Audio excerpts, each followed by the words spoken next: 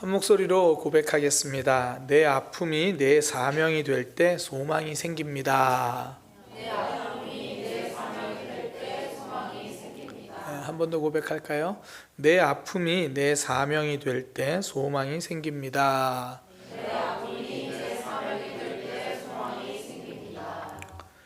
지난주 금요기도회까지는 이제 룻기를 살펴보았습니다. 룻기는 아픔과 결핍의 삶을 살던 나오미와 룻이 하나님의 품 안에서 회복과 풍성함을 누리는 그런 내용이었죠. 그 가운데서 하나님은 보아스라는 사람이 그 보아스라는 사람의 순종을 사용하셨고요. 룻과 나오미의 결단과 헌신을 사용하셨습니다. 오늘부터는 사사시대의 삼손에 대해서 좀 살펴보려고 해요.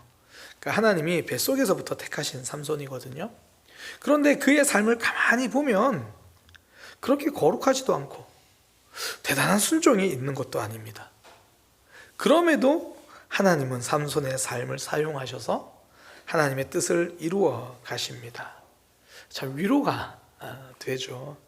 어떻게 보면 참 부족하고 자기 뜻대로 살아가는, 제 얘기 아닙니다, 삼손, 그 삼손의 삶이지만 하나님은 그런 삼손을 통해서 이스라엘을 건져내십니다. 오늘부터 살펴볼 이 사사기 말씀 안에 있는 삼손의 삶, 그 삼손의 삶을 붙들고 계시는, 또 사용하고 계시는 하나님을 발견하게 되기를 소망합니다.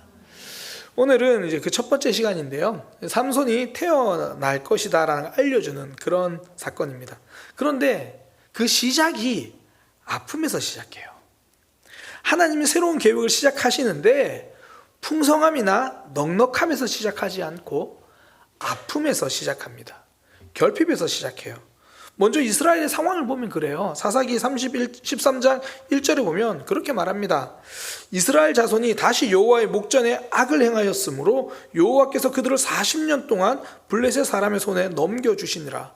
그러니까 이스라엘이 악을 행하고 있을 때 믿음의 결핍입니다. 그리고 블레셋 손에 40년 동안 시달리고 있대요. 환경과 삶의 아픔과 결핍입니다. 그러니까 믿음의 결핍 속에서 하나님은 지금 새로운 일을 시작하십니다. 여기서 우리는 하나님의 은혜를 발견합니다. 하나님은 믿음이 좋은 사람만 사용해서 일하지는 않으신다는 거죠. 믿음 좋을 때만 우리를 불러서 일하시지 않습니다. 우리는 처음부터 연약하기 때문입니다. 오늘 이 자리에 나와서 우리가 예배할 수 있는 것도 나의 신실함보다는 하나님의 신실함이죠. 어떨 때는 기대와 사모하는 마음으로 예배할 때도 있지만, 가끔은 그럴 때 있지만, 많은 경우 어떨 때는 정말 간신히 힘을 내서 이 자리에 앉아 있을 때도 있잖아요. 적극적으로 하나님 앞에 엎드리는 마음으로 나올 때도 있지만, 때로는 빠지지 못해서 참석을 할 때도 있잖아요. 하나님은 그 연약함도 외면하지 않으십니다. 하나님은 간절히 사모하는 영혼에게도 큰 은혜를 주시지만 힘겹게 나와 간신히 예배에 붙어 있는 이들에도 하나님은 붙들어 주십니다.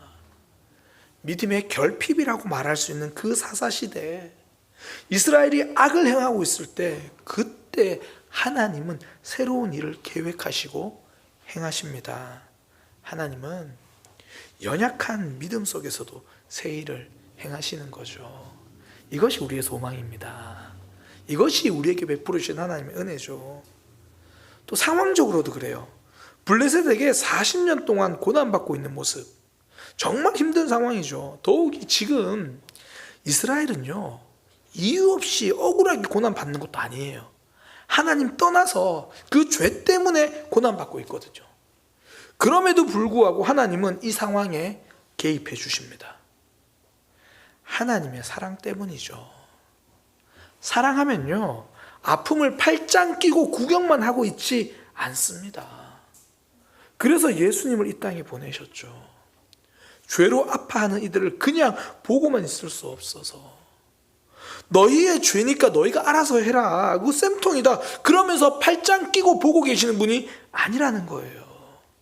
삶의 아픔을 아시니까 그곳까지 직접 오셔서 새로운 일을 행하십니다. 사람들이 모르는 아픔을 하나님은 아시고요. 하나님은 그 삶에 지금도 개입하시기 위해서 어쩌면 우리를 이 자리에 부르셨을 거예요. 삼손이 태어날 그 마노아 가정도 그래요. 믿음의 결핍인 그 시대에 블레셋에게 고난을 받고 있는 그 상황에서 마노아의 가정은요, 한 가지 더 아픔을 겪고 있어요. 아이가 없는 아픔입니다. 사사기 13장 2절이죠. 소라 땅의 단지파 가족 중에 마노아라 이름하는 자가 있더라. 그의 아내가 임신하지 못함으로 출산하지 못하니. 이 시대에 자녀가 없다는 건 엄청난 아픔이죠. 미래에 대한 소망이 없는 삶이잖아요. 상속 자체가 완전히 끊어져 버리고 그냥 그 삶 자체가 하나님께 버림받은 삶으로 여겨질 만큼 이 시대는 이게 큰 슬픔이거든요. 미래에 대한 소망이 완전히 없으니까. 사람들이 힘들어하는 많은 일들을 보면 미래에 대한 불안이에요. 사실 돌아보면 오늘 삶은 그래도 살아왔잖아요. 그런데 내일 어떻게 될지 모르니까 불안하죠. 미래에 대한 확실한 소망이 있으면 그래도 견딜 수 있는데 미래를 모르니까 힘들어요. 그래서 예수님도 미래에 대한 염려를 떨쳐버리라고 말씀하시잖아요. 마태복음 6장 34절. 그러므로 내일 일을 위하여 염려하지 말라. 내일 일은 내일 그 자체가 내일이 염려할 거다. 내일 갖고 붙들고 있지 마라. 그런데 지금 마노아 가정은 미래가 불확실한 정도가 아니라 미래가 없어요. 다음을 꿈꿀 수가 없는 삶입니다. 그러니 미래에 대한 절망이 오늘까지 힘들게 하죠. 마노아의 아내, 늘 마노아 보면서 마음 한켠에 미안함 가졌을 거고, 또 마노아는 그런 아내 보면서 또 힘들어할 거고, 누구의 잘못도 아닌데 서로가 힘들어하고 있는 그런 모습. 그 상황 속에서 하나님의 천사가 나타나서 새로운 약속을 주십니다. 이게 이제 사사기 23장 3절인데요. 여호와의 사자가 그 여인에게 나타나서 그에게 이르시되 보라, 내가 본래 임신하지 못함으로 출산하지 못하였으나 이제 임신하여 아들을 낳으리니 너는 지금까지 임신하지 못했다. 그래서 아이가 없다. 너의 상황을 안다는 거죠. 너의 아픔을 안다는 거예요. 그런데 그것으로 끝내지 않으십니다. 새로운 일을 약속하시죠. 이제 임신하여 아들을 낳으리라. 지금까지는 못했지만 이제부터는 하나님이 하실 거다. 지금까지는 결핍이었지만 이제부터는 하나님이 채워주실 거다. 혹여나 지금까지 좌절이셨습니까? 이제부터 하나님이 하실 겁니다. 결핍의 상황에서 하나님은 새 일을 하시거든요. 믿음의 결핍일 때, 삶이 아픈 그 자리에서 하나님은 그냥 팔짱 끼고 보고 있지 않으세요. 하나님은 새로운 일을 시작하십니다. 그러면서 사명을 주세요. 사사기 23장 4절. 그러므로 너는 삼과 포도주와 독주를 마시지 말며 어떤 부정한 것도 먹지 마라. 계속 이어서 5절에 보면 네가 임신하여 아들을 낳을 건데 그 머리를 깎지 마라. 이 아이는 태에서부터 나옴으로 하나님께 바쳐진 나실인이다. 그가 블레셋 사람의 손에서 이스라엘을 구원하기 시작할 거다. 포도주 마시지 마라. 독주 마시지 마라. 그 아이는 나실인이 될 거다. 하나님께 구별되어 쓰임받을 것이니 구별되게 그렇게 그 아이의 삶 하나님 쓰실 거다. 지금까지는 아이 없는 아픔의 가정이었어요. 근데 이제부터는 사명감 가지고 아이를 바라보아야 하는 그 가정이 되었습니다. 분명히 아픔으로 시작했어요. 그런데 그 아픔을 해결하시는 과정에서 그 아픔을 사명으로 만드십니다. 근데 우리 삶이 그래요. 제가 아는 목사님이 이제 본인 교회에 기도하는 권사님에 대해서 말씀을 해주시는데, 이제 그분이 집사님이실 때 처음에는 그냥 예배만 출석하고 그냥 평범하게 신앙생활을 했대요. 그러다가 어느 날 이제 병원 갔더니 암이라는 소식을 들은 거예요. 한참 젊을 때. 그 소식을 들으니까 이제 하나님께 기도하기 시작하는 거죠. 그러면서 병원 치료 받고 이제 그때부터 이제 새벽기도 나오고 저녁 기도에 나오고, 그러고 나서 이제 암 수술하고 이후에 완치 판정을 받았어요. 근데 그러고 나서도 계속 이제 그 기도의 자리를 지키기 시작하더라는 거예요. 그래서 새벽기도 나오고 계속 기도에 나오고, 그래서 처음에는 내 암 때문에 기도했는데 이제는 교회의 기도 제목 붙들고 성도들의 기도 제목 붙들고 그렇게 기도하는 그 교회에 정말 든든한 기도 사역자가 됐다. 그런 이야기를 하더라고요. 시작은 아픔입니다. 그런데 하나님은 그 아픔을 해결하시는 과정에서 그 사람을 사명자로 세워 주십니다. 보통 우리 침신대도 이제 상담학과가 있는데요. 기독교 상담학을 하는 많은 사람들 중에서 내 안에 상처가 있는 이들이 많아요. 처음에는 내 상처를 어떻게 이해해 보려고 상담을 시작했는데 나중에는 내가 다른 사람의 아픔을 고쳐주는 사람들로 그렇게 하나님께서 쓰시는 거예요.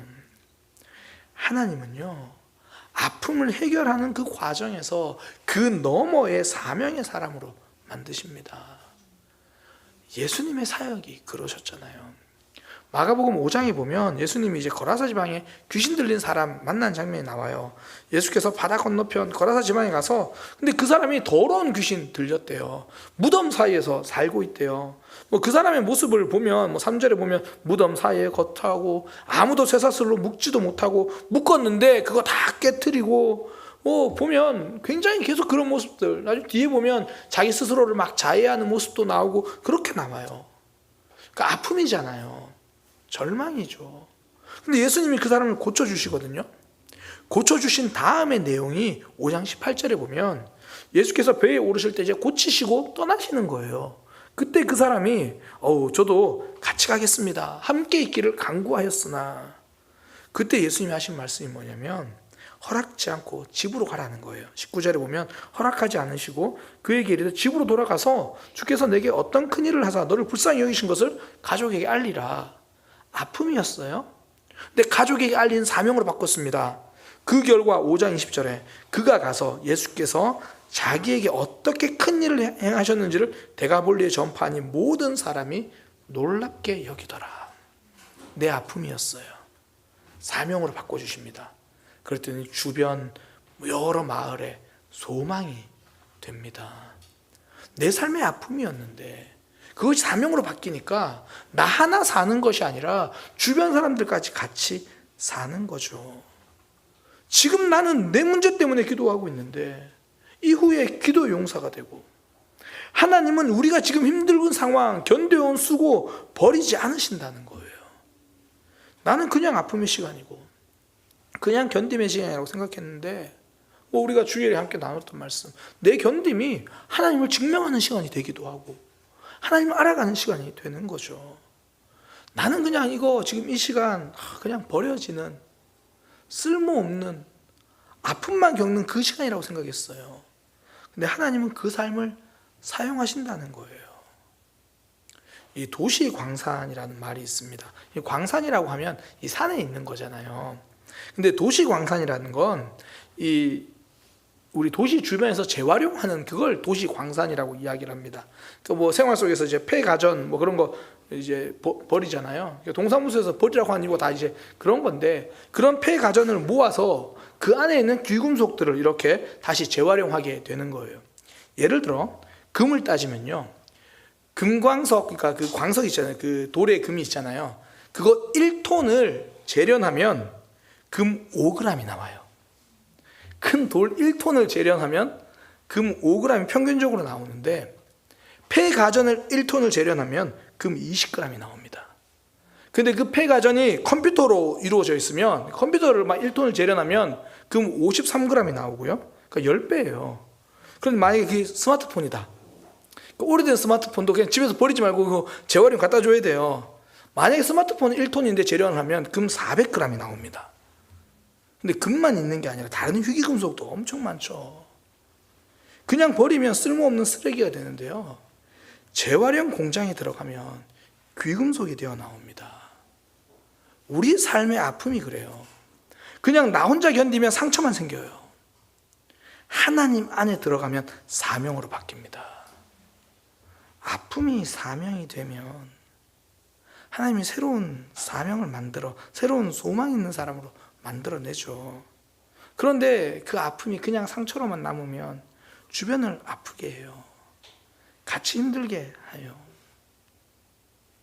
만화 가정은요, 하나님이 그 아픔을 사명으로 만드시고 이스라엘을 건져낼 자를 키우는 민족의 사명이 되게 하시고 결국 블레셋 손에서 건져낼 아이가 태어나죠. 내 아픔이 사명이 되니까 주변을 살리는 소망이 됩니다. 아픔을 피해가는 삶은 없어요. 저는 우리 모두가 이 각자에게 찾아온 그 아픔이 상처가 아니라 사명으로 자라게 되는 믿음의 삶이 되기를 소망합니다. 그러기 위해서 한 가지 말씀을 좀 나누려고 하는데요. 아픔이 상처가 되어서 주변 사람 서로 아프게 하는 게 아니라 사명이 되어서 내가 있는 곳에 소망이 되게 하려면 어떻게 해야 하는가? 한 가지 말씀. 지금 하나님이 내게 주신 일에 집중하는 거예요. 오늘 말씀 속에서요, 이 하나님의 천사, 물론 거의 이제 하나님의 사람으로 아직까지는 오해하고 있는데, 이 하나님의 천사와 마노아 부부가 하는 대화를 보면 뭔가 핀트가 잘 안 맞아요. 좀 재밌어요. 먼저 이제 천사가 마노아의 아내를 찾아옵니다. 그러면서 마노아 아내에게 하는 말이 아이가 태어날 거다. 그리고 그 이후에 아이가 하나님께 바쳐질 나실인이 될 거다. 그렇게 말해요. 그러면서 아이를 어떻게 키워야 하는지 말해줄 것 같잖아요. 근데 천사는 아이를 어떻게 키우라고 말하는 대신에 마노아의 아내가 어떻게 해야 할지를 그걸 알려줘요. 이게 이제 4절인데 이렇게 말합니다. 그러므로 너는 삼가 포도주와 독주를 마시지 말며 어떤 부정한 것도 먹지 말라. 이게 아이에게 그렇게 가르치라가 아니라 너는 먹지 말라는 거예요. 그러니까 이게 그렇게 하지 말아야 될 주체가 먹지 말아야 할 주체를 마노아의 아내라고 말합니다. 그러면서 아이에게는 뭐 굳이 말한다면 머리를 깎지 마라, 삭도를 대지 마라 그렇게 말해요. 원래 나시린은요, 본인이 포도주를 먹지 말아야 하고 본인이 부정한 것을 멀리 해야 돼요. 시체도 못 만지게 합니다. 그러니까 심지어 가족의 장례가 나도 시체를 못 만지도록 그렇게 말한 게 나시린이에요. 그 민수기 6장에 보면 나시린 잘 나오는데 뭐 2절, 3절 보면요, 이스라엘 자손에게 그렇게 뭐 특별히 서원해서 나시린 서원을 하면 자기 몸을 구별해서 여호와께 드리고, 뭐 포도주, 독주 그것도 그 사람이 마시지 말라 그렇게 이야기를 합니다. 그러면서 이제 6장 5절에 보면 또 삭도, 자기 머리 깎지 말고, 그러니까 자기 몸을 거룩하게 하라 그렇게 이야기를 해요. 자기 몸을 구별하여 여호와께 드리는 그날까지 머리를 깎지 마라. 그리고 민수기 6장 7절에 부모, 형제, 자매가 죽더라도 그 시체를 만지지 마라. 나실인 때면 자기가 그렇게, 그러니까 자기의 몸을 구별하여 하나님께 드리는 표, 그런 식으로 이야기를 해요. 다 본인이 지켜야 될 거예요. 나실인 본인이. 근데 삼손에게 적용되는 건요, 머리 깎지 말라 이거 하나밖에 없어요. 실제로 삼손이 사자의 시체를 만집니다. 그리고 그 시체에 벌집을 지어놨는데 그 꿀까지 먹기도 해요. 그러고도 힘이 없어지지 않아요. 나시린의 규약을 어겼거든요. 근데 힘이 없어지지 않아요.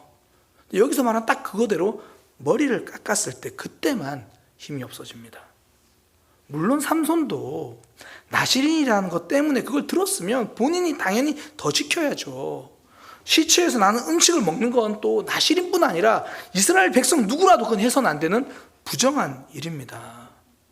그런데 지금 하나님이 지금 이 상황에서 주목하시는 건 태어날 아이의 삶이 아니라 지금 하나님의 천사는 마노아의 아내에게 그 자신이 해야 할 일을 말해줍니다.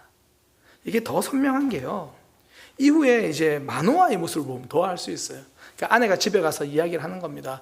내가 오늘 하나님의 사람을 만났는데, 뭐 천사 같기도 한데 하나님의 사람을 만난 거예요. 뭐 그러면서 쭉 이야기를 하니까 뭐 아이를 태어날 거래요. 그러니 마노아가 이제 하나님께 기도해요. 근데 기도하는 내용이 어떻게 기도하냐면 13장 8절에 보면 마노아가 여호와께 기도해서 하는 말이, 하나님 다시 한번 하나님의 사람을 우리에게 보내주셔서 우리가 그 낳을 아이에게 어떻게 행할지를 우리에게 가르쳐 주소서. 그러니까 지금 한 번 더 하나님의 사람을 만나고 싶은 이유가 아이를 어떻게 가르쳐야 하는지, 우리가 그 아이에게 어떻게 행해야 되는지 그거 알려달라 그래요. 그러니까 이제 뭐 아내가 뭐 하지 마라 알려주셨으니까 이젠 아이에게 어떻게 해야 할지 그거 알려주세요. 이제 그렇게 기도합니다. 기도 이후에 하나님이 들으시고 다시 찾아와요. 그래서 그 하나님의 사람, 그러니까 정확히 천사를 만나거든요. 그때 13장 12절에 보면 마노아가 마노아가 이르되 이제 당신의 말씀대로 되기를 원합니다. 그러니까 아이가 태어나기를 원합니다. 이 아이를 어떻게 기르며 우리가 그에게 어떻게 행하리이까? 여기서 분명히 그 아이를 이야기하는 거예요. 이게 남성입니다. 아이에게 어떻게 행하리일까? 그때 13절의 대답, 천사의 대답. 여호와의 사자가 마노아에게 이르되 내가 여인에게 말한 것을 그가 다 삼가서, 여기서 말하는 그가요, 히브리어 원어에선 정확하게 그녀가 삼가서 이렇게 됩니다. 그리고 14절에 딱 넘어가면 14절부터 나오는 거 있잖아요. 포도주와 소산을 먹지 말고 마시지 말고 뭐 부정한 거 먹지 말고, 이거 말하는 거, 이거 전부 다 여인이 하지 말아야 될 거예요. 우리나라 말은 이 동사만 보면 이게 누구에게 하는 말인지 몰라요. 말씀을 지켰다 이러면 이게 남자가 지킨 건지 여자가 지켰는지 내가 지켰는지 네가 지켰는지 몰라요. 그런데 신약 성경에 쓰여진 헬라어도 그렇고요, 구약 성경에 쓰여진 히브리어도 그렇고요, 동사만 딱 봐도 이게 남성이 하는 행동인지 여성이 하는 행동인지 다 나와요. 제가 히브리어 잘 모르지만 찾아봤어요. 히브리어 단어에 예를 들어 사마르라는 단어는 그냥 사마르 그러면 지키다예요. 근데 여성이 지킬 때는 앞에 트를 붙여요. 트 사마르 그러면 이건 무조건 여성이 지킨 거예요. 그런데 이 단어, 이 14절에 나오는 모든 먹다 마시다 거기에는 앞에 트가 다 붙어요. 전부 여성이 그렇게 하지 말라는 거예요. 여자만 안 하면 그 말이 아니라 아이에게 행할 것이 아니라 그 마노아의 아내가 하지 말라라는 겁니다. 마노아는 지금 아이에게 무엇을 가르쳐야 합니까? 이렇게 물었어요. 분명히 남성으로 물었어요. 그런데 하나님의 사자는 마노아의 아내가 해야 할 일을 알려줍니다. 아픔을 겪고 있는 내가 해야 할 일이 있다라는 거예요. 아픔이 찾아오면 그때 내가 하나님 앞에서 해야 할 일이 무엇인가, 여기에 집중하면 그 아픔이 사명이 됩니다. 근데 반대로 뒤집히기 시작하면요, 아픔이 사명이 아니라 상처가 돼요. 내가 아픈 이유가 지금 당신이 배려하지 않아서 그런 거고, 내가 슬픈 이유가 세상이 지금 나를 위해서 일해주지 않아서 그렇다. 하나님이 지금 내게 무엇을 원하시는지 집중하지 않고 상대방이 무엇을 해야 하는지, 상대방이 무엇을 하지 않았는지 거기에 집중하니까 계속 억울함이 쌓이죠. 빛나는 사명이 되기보다 억울한 상처가 됩니다. 이 모습이 너무 선명하게 드러난 게 선악과를 먹은 이후의 아담의 모습이잖아요. 선악과를 먹었습니다. 그러니까 신앙생활 하다가 넘어진 거예요. 사실 우리 많이 넘어지잖아요. 그렇게 이런저런 상황으로 넘어졌는데 뭐 믿음의 아픔이고 삶의 아픔이죠. 근데 그 이후에 아담이 한 말, 이 여자가 말씀을 안 지켜서 그래요. 이 여자가 준 건 내가 먹었어요. 내가 할 회개를 말하지 않고 내가 상대방이 지키지 못한 삶을 이야기합니다. 사명자의 모습이 아니죠. 상처 주는 삶의 전형적인 모습입니다. 넘어졌을 때 너에게 집중하면 나도 일어서지 못하고요, 상대방도 일어서지 못하게 만듭니다. 반대로 아픔 속에서 사명을 발견한 가장 대표적인 사람이 요셉이죠. 형들이 그를 애굽에 팔았습니다. 그런데 요셉이 애굽에 가서 한 일은요, 지금 내가 해야 할 일이 무엇인지를 했어요. 보디발의 집에서 지금 내가 해야 할 일을 하죠. 그러니 가정의 총무가 됩니다. 그게 사명이 되는 거죠. 감옥에서도 동일합니다. 보디발의 아내가 누명을 씌웠어요. 그것 때문에 감옥에 갔습니다. 근데 거기서도 지금 내가 해야 할 일을 합니다. 그러니 나중에 형들에게 하는 고백도 상처가 아닌 사명을 고백해요. 하나님이 생명을 살리려고 나를 이곳에 보낸 겁니다. 당신들 때문에 얼마나 고생한 줄 알아요? 당신들이 지금 나한테 어떻게 했는지를 알아요? 그때 당신이 나한테 그러지 말았어야지. 상대방이 해야 할 일을 이야기하는 게 아니라 지금 내가 해야 할 일을 찾아가면서 결국 그 아픔이 사명이 되었고, 가족뿐 아니라 한 나라와 그 주변 나라까지에게 소망이 되는 그런 사람으로 하나님이 그를 쓰십니다. 내 삶에 찾아온 아픔, 거기서 지금 내가 해야 할 일을 발견하고 그 일에 집중할 때 그 아픔은 사명이 되고요, 하나님은 상처 주는 사람이 아니라 나를 소망을 만들어내는 사람으로 쓰시는 거예요. 예수님이 부활하신 이후에 베드로를 찾아가시잖아요. 먼저 그의 아픔을 만져주세요. 3번이나 부인했던 그에게 회복시켜 주시고 사명을 주십니다. 근데 그때 베드로가 뭐라고 묻냐면, 이제 베드로의 삶이 어떻게 될 건지 다 말씀하세요. 넌 나중에 굉장히 고난을 받을 거다, 그런 얘기하니까 요한복음 21장 21절에 베드로가 그를 보고 예수께 여짜오되 주여 이 사람은 어떻게 되겠습니까? 그러니까 지금 다른 사람, 주님 이 사람은 어떻게 되겠습니까? 예수님이 정확하게 말씀하십니다. 예수께서 이르시되 내가 올 때까지 그를 머물게 하고자 할지라도 네가 무슨 상관이냐, 너는 나를 따르라. 이게 지금은 단순히 그냥 미래에 대한 궁금한 거지만, 우리가 그럴 때 있잖아요. 내게 상처 준 사람, 하나님 저 사람 어떻게 됩니까? 하나님 저보고 자꾸 참으라 그러고 저보고 자꾸 사랑하라 그러는데 그럼 저 사람은 어떻게 되는 거예요? 그게 너와 무슨 상관이냐? 너는 나를 따르라. 그게 너와 무슨 상관이냐? 너는 나를 따르라. 상대방을 보고 있으면 내 삶을 놓친다는 거예요. 하나님은 사람이 죄를 지었는데 하나님이 십자가를 지십니다. 그게 십자가의 사명이고 그것 때문에 모든 인류에게 소망이 생기죠. 누구나 아픔은 찾아옵니다. 그리고 사실 다른 사람 때문에 겪는 아픔도 많죠. 그러나 하나님이 우리에게 그 말씀하시는 거예요.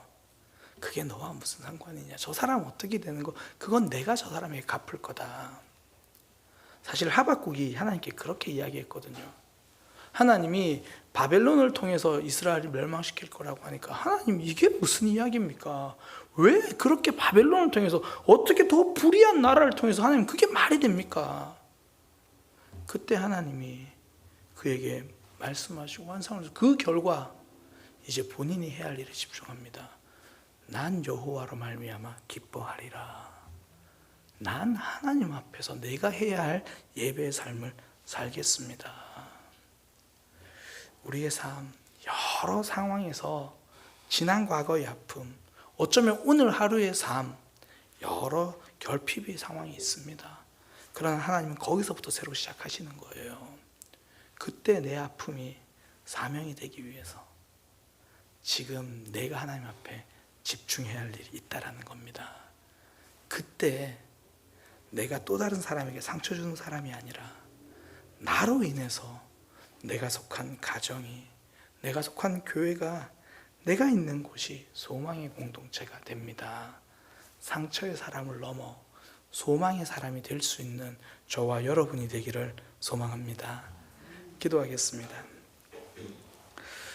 하나님, 우리의 삶, 내 아픔에 집중하느라 다른 사람의 잘못만 바라보고 있는 것은 아닌지 돌아봅니다. 내가 하나님 앞에 서야 할 삶은 놓치고 다른 사람이 어떻게 해야 하는지 거기에 집중하고 있는 것은 아닌지 돌아봅니다. 하나님, 너는 나를 따르라고 말씀하신 그 말씀을 기억합니다. 다른 사람이 너와 무슨 상관이냐? 너는 나를 따르라. 하나님이 내게 주신 삶에 집중하고 나의 어떤 모습 속에서라도 은혜 주시고 사랑하시고 구원해 주신 그 하나님을 기억하며 나도 하나님이 주신 사명, 내가 감당해야 할 일들 기억하고 붙들며 살아가는 믿음의 삶 되게 하여 주옵소서. 예수님의 이름으로 기도드립니다. 아멘.